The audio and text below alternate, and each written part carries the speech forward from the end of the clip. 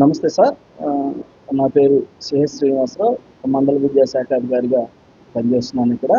ముఖ్యంగా ఈరోజు మిత్రులందరితో ఈ సమావేశం ఏర్పాటు చేయడం గల కారణం ఏంటంటే, మరి నూతన విద్యా సంవత్సరం స్టార్ట్ అవ్వడానికి మరో 20 రోజులు సమయం ఉంది.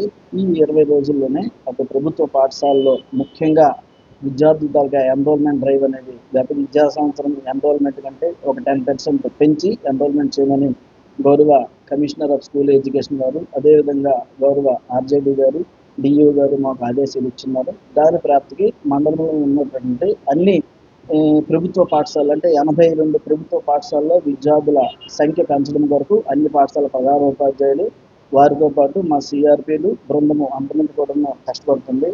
ఇదే సమయంలో ఏంటంటే ప్రైవేట్ పాఠశాలల మీద కూడా కొంత మేము జాగ్రత్త తీసుకోపోయినట్లయితే ఇంకా రాను రాను ప్రభుత్వ పాఠశాలలో విద్యార్థుల తాలూకా ఎన్రోల్మెంట్ తగ్గుతుంది. అందుకని ప్రైవేట్ పాఠశాల ప్రిన్సిపల్స్తోనూ కరస్పాండెంట్స్తోనూ మొన్న 15వ తారీఖున ఒక మీటింగ్ పెట్టి చెప్పడం జరిగింది.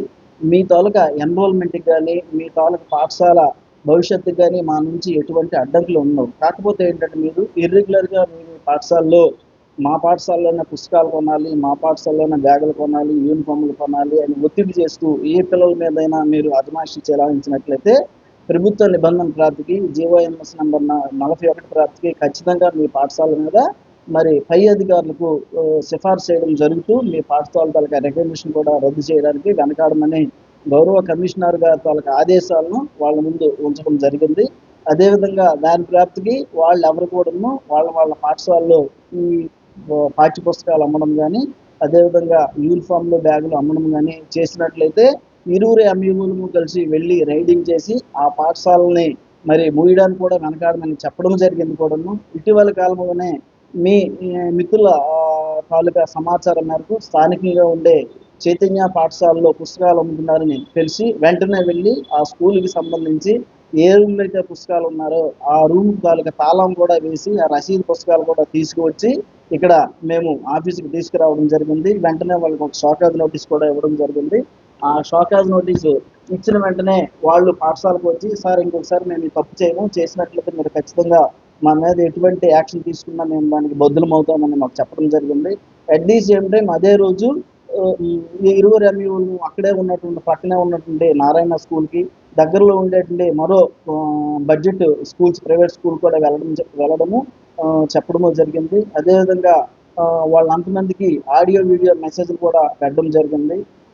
దీనికి తోడు ఏంటంటే వాళ్ళకి చెప్పా చేయకుండా సడన్గా ఏ మారుమూలైనా ఉన్నటువంటి పాఠశాలకు కూడా వెళ్ళి చూడడం జరుగుతుంది.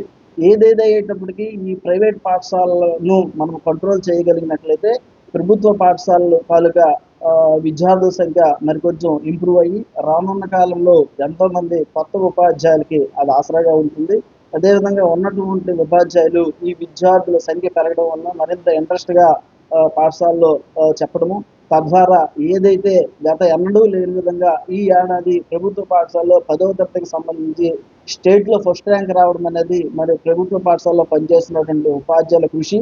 అదేవిధంగా ప్రభుత్వ పరంగా ప్రభుత్వ పాఠశాలలో పనిచేస్తున్న ఉపాధ్యాయులకి, ప్రధాన ఉపాధ్యాయులకు అటు ఆర్జేడీ స్థాయి నుంచి ఇటు లో లెవెల్లో ఉండే ఎంఈ వరకు ఇచ్చినటువంటి నిబంధనల్ని కరెక్ట్గా మేము ఇంప్లిమెంట్ చేయడం వల్ల ఈరోజు రాష్ట్రంలో ప్రభుత్వ పాఠశాలలో పనిచేస్తున్నటువంటి విద్యార్థులు మొదటి 2-3 ర్యాంకులు సంపాదించడంలో మరి ప్రభుత్వం తాలూకా దిశానిర్దేశం వల్లే ఈరోజు ఈ స్థితిని మేము సంపాదించామని తెలియజేసుకుంటూ మరొకసారి ఏంటంటే ఖచ్చితంగా ప్రైవేటు పాఠశాలలు ఎక్కడైనా నిబంధనలను ఉల్లంఘించి అటు మేము ఏదైనా విద్యార్థులు ప్రైవేటు పాఠశాల నుంచి తల్లిదండ్రుల కోరిక మేరకు ప్రభుత్వ పాఠశాలలో జాయిన్ అవుతున్నాము అని మాకు ఒక డిక్లరేషన్ ఇచ్చినట్లయితే ఎమ్మటనే ఆ విద్యార్థుల తాలూకా తల్లిదండ్రులను పిలిపించి అదేవిధంగా ప్రైవేట్ పాఠశాలలో ఉండే ఆ విద్యార్థులను అక్కడ తొలగించమని చెప్పి వెంటనే ఆ విద్యార్థులు మేము ఇక్కడ ప్రభుత్వ పాఠశాలలో చేర్పిస్తున్నామండి.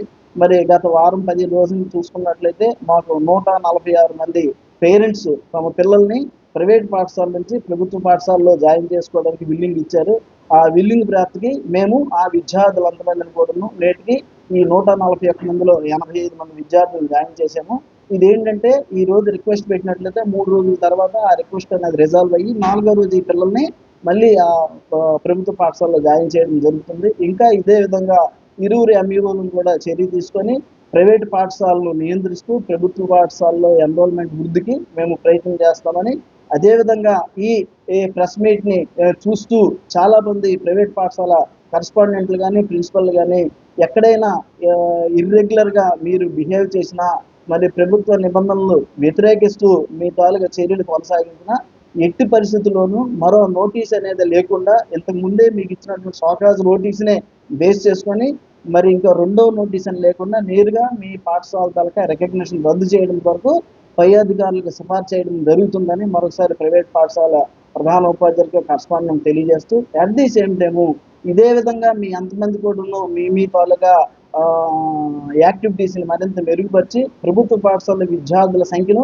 పెరుగుదలకు అంతమంది ప్రభుత్వ పాఠశాలలో పనిచేసిన ప్రధానోపాధ్యాయులు, ఉపాధ్యాయులు, అదేవిధంగా వారిని సహకరిస్తున్న మా సిఆర్పీలు మీ అంతమంది ఆధ్వర్యంలో ప్రభుత్వ పాఠశాలలో విద్యార్థుల సంఖ్య మరింత పెరగడానికి మీ అంతమంది కృషి చేస్తారని తెలియజేసుకుంటూ థ్యాంక్ యూ అండి.